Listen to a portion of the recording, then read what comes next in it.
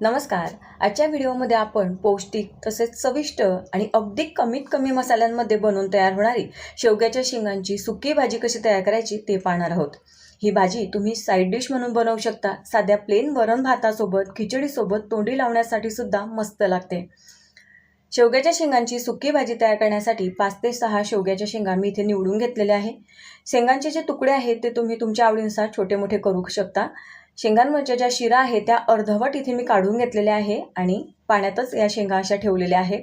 आता या शेंगा आपल्याला शिजवून घ्यायच्या आहे. शेंगा शिजवण्यासाठी एका मोठ्या पसरट कढईमध्ये मी पाणी गरम करत ठेवलेलं आहे. साधारण 1 ते 1.5 ग्लास पाणी इथे मी गरम करत ठेवलेलं आहे. आता या पाण्यामध्ये आपल्याला चवीसाठी मीठ घालायचं आहे. तर इथे 1 चमचा भरून मी मीठ घातलेलं आहे. मीठ व्यवस्थित पाण्यामध्ये असं मिक्स करून घेऊया. पाण्याला छान उकळी आलेली आहे. आता या शेंगांचे जे तुकडे आहेत ते पाण्यामधून काढायचे आहे आणि आपल्याला या शेंगा छान शिजवून घ्यायच्या आहे. शेंगांवरच्या ज्या शिरा आहेत त्या अगदी सर्व काढून टाकायच्या नाही, नाहीतर शेंगा शिजवत असताना त्या खूप जास्त शिजल्या जातात आणि त्याचा गाळ होतो. आता सुरुवातीला अगदी थोड्या वेळासाठी मी झाकण ठेवलं. शेंगांना छान उकळी आलेली आहे. झाकण काढून घेतलेलं आहे. शेंगा थोड्या खालीवर करून घ्यायच्या आहे आणि आता इथून पुढे झाकण न ठेवताना शेंगा आपल्याला छान इथे शिजवून घ्यायचे. अगदीच खूप मऊ शिजवायचे नाही, थोडी कसर त्यामध्ये राहिली पाहिजे. झाकण न ठेवताना शेंगा शिजवण्याचं कारण असं की या शेंगांचा जो रंग आहे तो झाकण ठेवून दिल्यामुळे बदलतो. म्हणून इथे आता आपल्याला झाकण न ठेवताना या शेंगा शिजवायच्या आहे, म्हणजे त्याचा रंग जो आहे तो कायम राहतो आणि जास्त शेंगा ओव्हरकुक सुद्धा होत नाही. शेंगा परफेक्ट शिजलेल्या आहे. आता भाजी तयार करण्यासाठी सेम कढईमध्ये 1 पळी तेल घातलेलं आहे. तेल छान आता इथे गरम झालेलं आहे. फोडणीसाठी इथे पाव चमचा मी मोहरी घातली. त्यानंतर पाव चमचा जिरं घातलेलं आहे. 1 चमचा आलं लसूण पेस्ट आहे ती घालायची. व्यवस्थित फोडणी इथे मिक्स करून घेऊया. त्यानंतर आता कांदा घालते आहे. तर 1 मध्यम आकाराचा अगदी छान बारीक चिरून घेतलेला कांदा मी इथे घालते आहे. भाजी जर तुम्हाला थोडी रस्स्याची हवी असेल तर कांदा तुम्ही थोडा जास्त वापरू शकता. इथे भाजी अगदी मी कोरडी बनवणार आहे, म्हणून कांदासुद्धा मी इथे कमी वापरलेला आहे. तुम्हाला आवडत असेल तर भाजी तुम्ही थोडी रस्स्याची सुद्धा ही बनवू शकता. आता इथे लाल टोमॅटो घातलेला आहे. 1 मध्यम आकाराचा टोमॅटोसुद्धा छान परतून घ्यायचा. त्यानंतर आता यामध्ये आपण काही मसाले घालणार आहोत. तर अर्धा चमचा मी इथे धणे पावडर घातलेली आहे. अगदी पाव चमचा हळद घातली आणि अर्धा छोटा चमचा भरून लाल तिखट घातलेलं आहे. तिखटाचं प्रमाण तुम्ही तुमच्या आवडीनुसार इथे कमी जास्त करू शकता.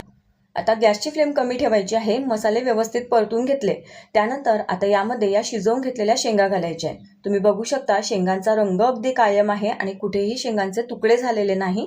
अशा शेंगा असतील तर त्या व्यवस्थित खाता येतात, म्हणून अगदी मऊ अशा शिजवून घ्यायच्या नाही सुरुवातीलाच. आता व्यवस्थित या शेंगा मसाल्यामध्ये अशा परतून घेतलेल्या आहे. त्यानंतर आता यामध्ये भाजलेल्या शेंगदाण्याचा मी कूट घालते आहे. तर साधारण 2 चमचे भरून इथे भाजलेल्या शेंगदाण्याचा कूट घातला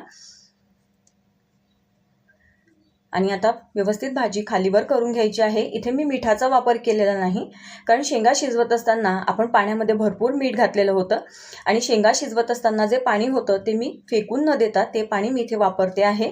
त्या पाण्यामध्येच भरपूर मीठ आहे, म्हणून मी इथे एक्स्ट्रा मीठ वापरलेलं नाही. आता हे लागेल तसं थोडं थोडं पाणी घालून या शेंगा मी इथे छान शिजवून घेणार आहे. तर साधारण 1 ते 1.5 कप पाणी मी इथे घातलेलं आहे. झाकण ठेवलं आणि आता व्यवस्थित आपल्याला ही भाजी शिजवून घ्यायची आहे.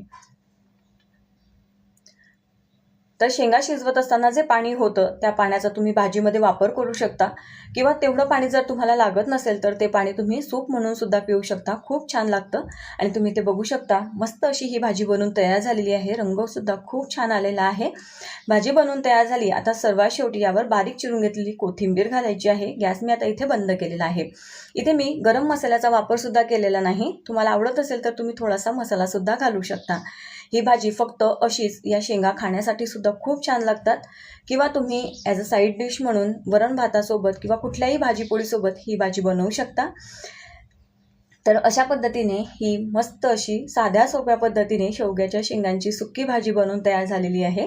रेसिपी आवडली असेल तर 1 लाईक नक्की करा. व्हिडिओला जास्तीत जास्त शेअर करा आणि अशा छान नवनवीन रेसिपी पाहण्यासाठी चॅनलला सबस्क्राईब करायला विसरू नका.